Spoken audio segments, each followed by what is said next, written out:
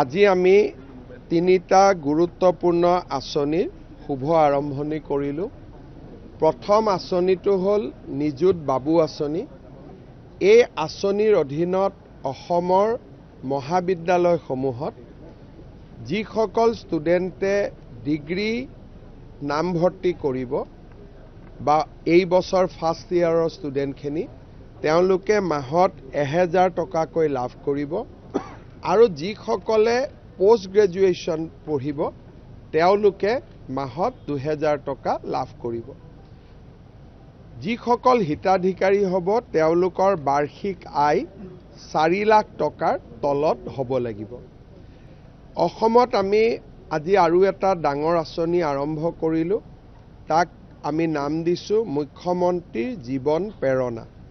সাধাৰণতে degree pass কৰাৰ পিছত লগে লগে ল'ৰা ছোৱালীয়ে চাকৰি নাপায়।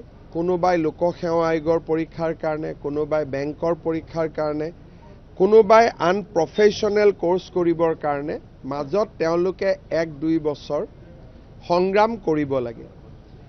এই সময়ছোৱাত তেওঁলোকে যাতে আৰ্থিক অসুবিধাৰ সন্মুখীন হ'ব নালাগে সেইবাবে আমি তেওঁলোকক মাহত 2500 টকা কৰি দিম 12 মাহৰ বাবে।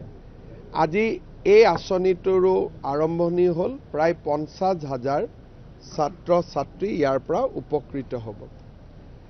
তৃতীয় আমি আৰু এটা আঁচনি আৰম্ভ কৰিলোঁ যে আমাৰ চৰকাৰত বহুতবোৰ স্কিম আছিলে ষ্টুডেণ্টৰ কাৰণে, কিন্তু PhD স্কলাৰসকলৰ বাবে একো স্কিম নাছিলে।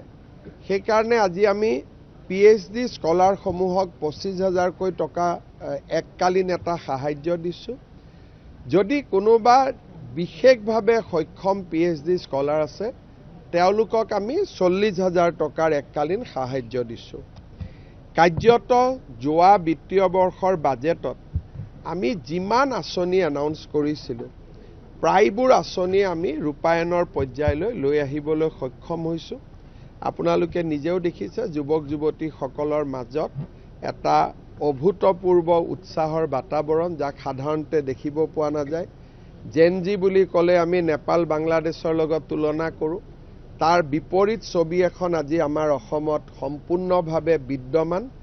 অসমৰ যুৱক যুৱতীৰ সপোনবোৰ বাস্তৱত ৰূপায়ণ হোৱাৰ পথত আমি সদায় তেওঁলোকৰ লগত থিয় হৈ থাকিম।